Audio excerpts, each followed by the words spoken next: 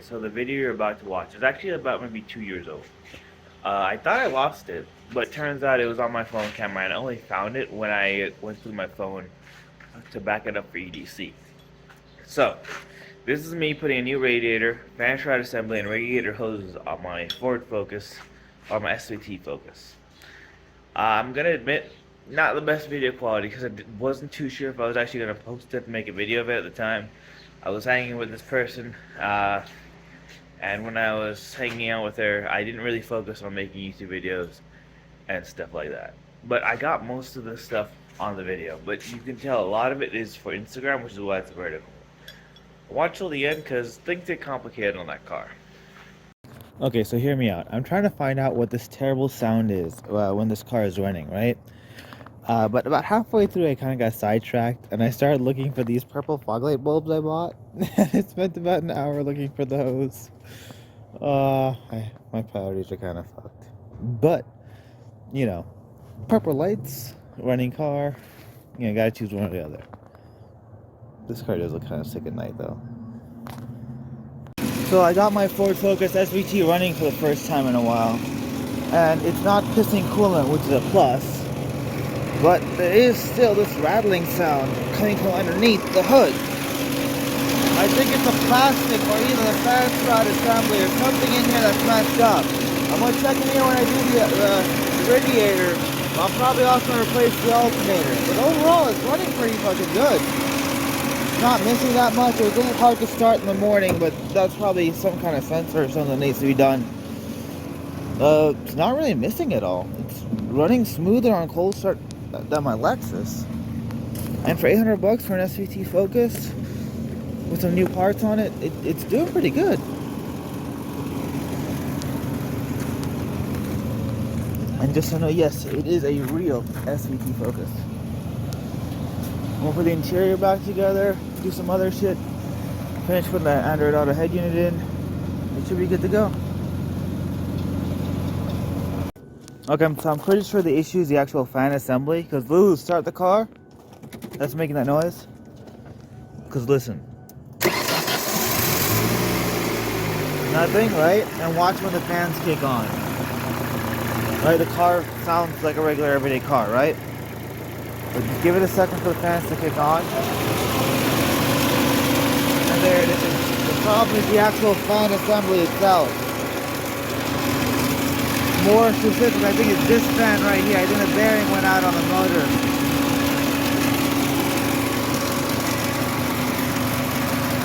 motor. Okay, new plan is to drain the radiator, pull everything out of it, remove the hoses, and just drop it. Because it looks like it'll be a lot easier to get this whole thing out just by taking these 4 bolts down here, out, and then disconnect everything. Go full send. So step 1 is to take this thing out right here. Actually, I should probably use a drain pan. But that's the radiator drain plug. Do we have a drain pan we can use real quick? Okay, so here is the low radiator hose. I'll pull that one off, take that flathead screwdriver, pull that hose clamp off. Then we'll go from the top, pull the up radiator hose, and just start removing shit. Pull out as many electrical connectors as I can. See if there, oh no, there's no trans cooler because it's automatic. Go from there. So the upper radiator hose is right here. It looks like it'll actually be easier for me to pull the headlight out to get to the hose clamp to remove it. Luckily it's just a 10mm and nothing else is holding it in because my car is a shitbox. So we pull that out and go from there. Now to finish getting the headlight out, all I need to do is disconnect this clip right here, and right there you can see I have a good reach to the actual upper radiator hose, which I'm pretty sure is completely empty and has nothing in it. So once that's done, I'm gonna go around the actual radiator fan assembly and pull out every single connector that's hooked onto it. Let's see, do I have any wires on here? Not really that much. I think there's just that one here, maybe this power one here, and that's really about it. Now coming over to the passenger side of the car, if you look at the coolant overflow expansion tank or whatever it's called, there should be a hose going to the top of the radiator, which is that one right there. That's got to be disconnected as well. And I believe that's just a hose clamp right there. Nice and visible, easy to get to. Then once that's done, this should be easy enough to drop out, I think. I don't see where all the air conditioner lines are going, so those might be on the same little... Hold up, there's a condenser. Are those all on the same little bracket thing? I hope not. I think they are. We'll see. What's weird is you have to pull the rad from the bottom on these cars. Unlike every other car where you can pull a rad from the top, it actually drops from the bottom, which is why it's so high up off the ground and why I'm underneath it. But I think I'm almost done. Maybe this car will be running again in like 3 days. Because, you know, radiators just explode, right? That's totally a thing that they do. And I guess it also gives me time to put in all those fancy new $300 radiator hoses, my $200 radiator, to a car that I bought for 800 bucks. But, you know, what are you gonna do? So I think most of the stuff is disconnected. Next step is to start pulling these horns off. Take out the 4 bolts that hold this little support in. I believe they're 10mm. Put a jack underneath it, and then slowly lower it down. Or actually, no, just fuck it, send it. Send it, it is. So yeah, horns coming off. Everything else should be off. This was off. Then we go from there. It doesn't have a transmission cooler because it's a manual. It does have an AC system, so I'm worried about that, but that shouldn't be too bad. And we'll go from there. So yeah, 4 bolts. One here, 2 on the other side as well. Just look right over there. So on the other side, and 2 right there and there. And disconnect these horns right there. Okay, so we pretty much got the radiator out. It's already hanging, but we forgot one hose that's on the side that goes to the bottom of the overflow bottle. What the fuck did he say? No, there's like a random ass hose on the bottom of the coolant overflow bottle. I don't know how you're supposed to even get Overflow bottle? that, or whatever this is, the expansion tank or whatever it is. Oh, I thought you said like overflow blah blah. You literally said the words overflow bottle. Yeah, but that's like after the 3rd time I heard you say it. Anyway, so we're gonna pull that hose out, and then hopefully this whole thing should just drop it out. Pull there. Okay, no, there we go. Okay, thank you. I'm gonna pop that off right there. Go from there. So I think I found the cause of the noise and the cause of the radiator leak. If you look right here, that's my fan for my radiator. If you just take a look and see exactly what's spinning, that fan is mildly damaged, just a little bit. And it's hitting on certain parts, and it's not just that particular one. So that's been hitting there. That one's actually kind of stuck up too. I think these are the original fans from when the car was new 20 years ago. And also you can see a decent sized hole in the radiator in multiple different spots. So I think what happened is when we were putting it back together, a screwdriver fell, hit the radiator fan, probably hit the radiator at the same time, pierced the radiator, damaged the fan, and caused all this damage. But on the bright side, since it's out and I can put my new Mishimoto red silicone radiator hoses in, I'll probably do my timing belt job too, do a serpentine belt job. So I'll have new belts, new hoses, new radiator, new fan assembly, new thermostat housing. It should be a reliable car, hopefully. Okay, so I'm waiting for parts to come in, like the fan shroud assembly and some other stuff, but I have my hoses. So what I'm going to do right now is take apart basically everything one by one and swap out the radiator hoses, which is all of those ones. And I'm going with Mishimoto, and they're red because they're awesome. So let's do this. Okay, so I'm still replacing all the coolant lines on this car. I've had to take both headlights out, that one's still loose, and disassemble a ton of shit, pull the radiator out to get to everything, and I had to take the heat shield off the exhaust manifold. But this car has an actual header, like an actual tubular header from the factory, bro. Holy shit. And the reason I took this off is so I can get a screwdriver on that hose clamp. I don't know who the fuck put a hose clamp on a car like that, but god damn, that was annoying. So there's that. Oh my god, this thing is sexy as hell. It's almost a shame to put the heat shield back on. It's an actual tubular header. Look at that. That is gorgeous. No wonder this car sounds so mean.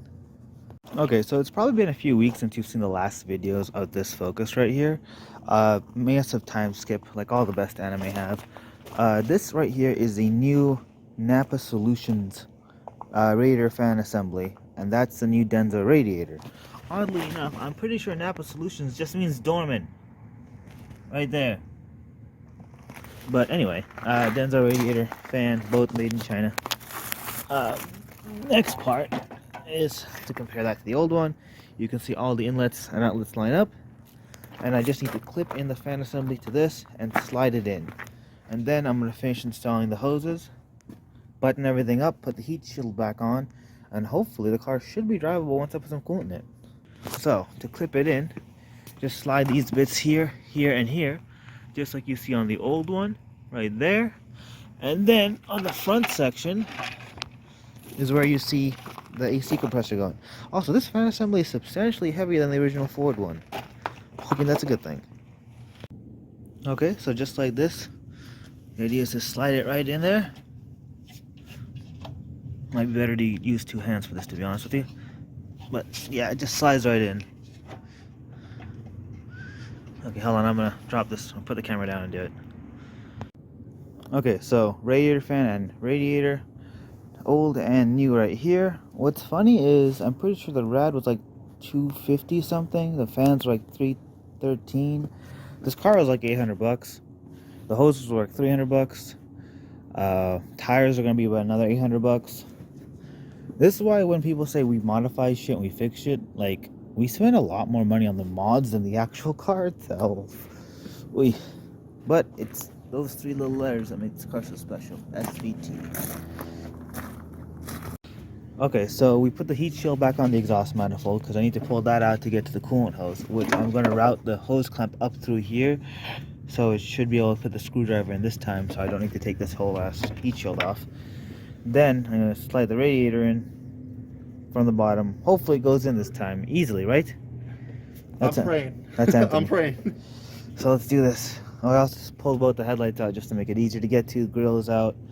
AC condenser is currently hanging on the floor. I'm going to clip that back into the radiator and then slide the whole thing up.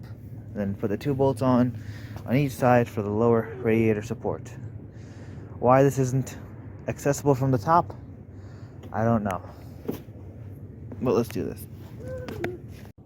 Okay, so after countless hours of careful deliberation, I decided to say fuck this heat shield, because I can't get to the fucking hose clamp with the heat shield on. So I'm going to tighten that hose clamp, heat wrap the headers later, but for now I just put the fucking car back together because this heat shield's been pissing me off.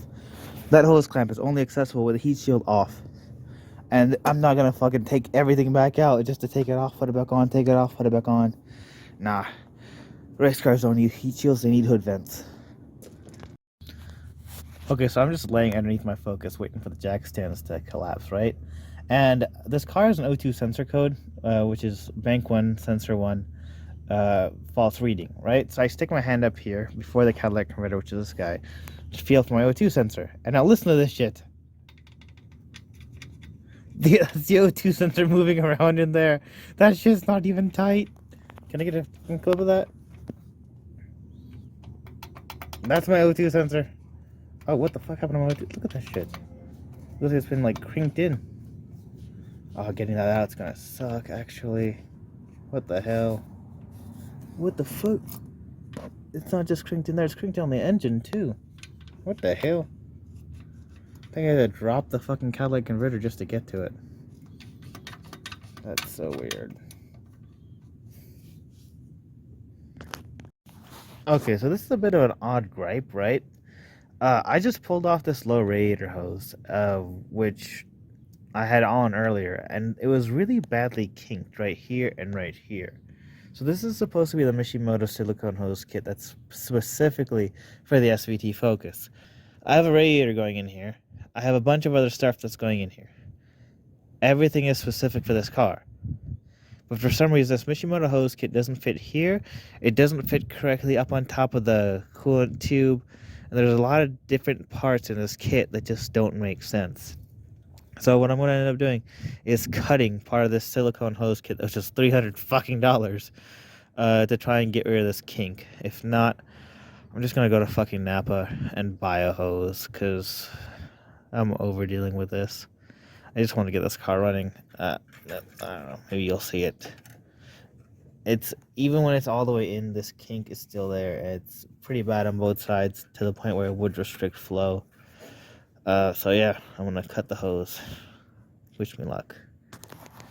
So to remedy the issue of the extra hose length causing the kink, I ended up cutting about this much off that really expensive hose and buying that tool from Lowe's. That thing is amazing. Like, It's specifically for cutting a rubber hose, and like look at how great this thing is. It's a ratcheting cutting mechanism for all kinds of pipe. And it went through like butter. I was so scared about cutting that silicone hose with a knife, but this thing it went through like it was nothing. Great tool for 30 bucks. Amazing. I'm pretty sure I'll probably use it again. So I got the Focus running, and I ended up bringing it to Ford, the actual Ford service center, because the oil drain bolt is seized on there or over tightened. I don't feel like dealing with it, and I kind of stripped it. So I'm gonna let the lube tech take care of it. It's not my problem. Low key, it's just weird. Does this car look like it's the starter car out of Need for Speed Underground 2 or some shit? Like, ah, it runs okay. The radiator hasn't exploded. And it's actually really fun to drive. Granted, still no plates, but hey, good to go. So less than 6 hours after I put that video of me taking it to Ford for the oil change, I blew the motor on that car. Somehow it ran out of coolant. I don't know how. But it's sitting at my mom's house, and I'm currently in the process of finishing my drift car, which is that I'm literally gonna go buy the pilot bearing right now so I can put the pilot bearing in, put a new clutch in it, and put the transmission, which is properly built, back in that car. So if you want to see all that, hit subscribe, and maybe I'll be a race car driver one day. Also, I bought something kind of big, and it has to do with the race car. And it's also got a 4.9 liter straight 6. Not the race car, the thing I bought. But yeah, have a good one, guys. Do whatever else you do on the internet. Enjoy life.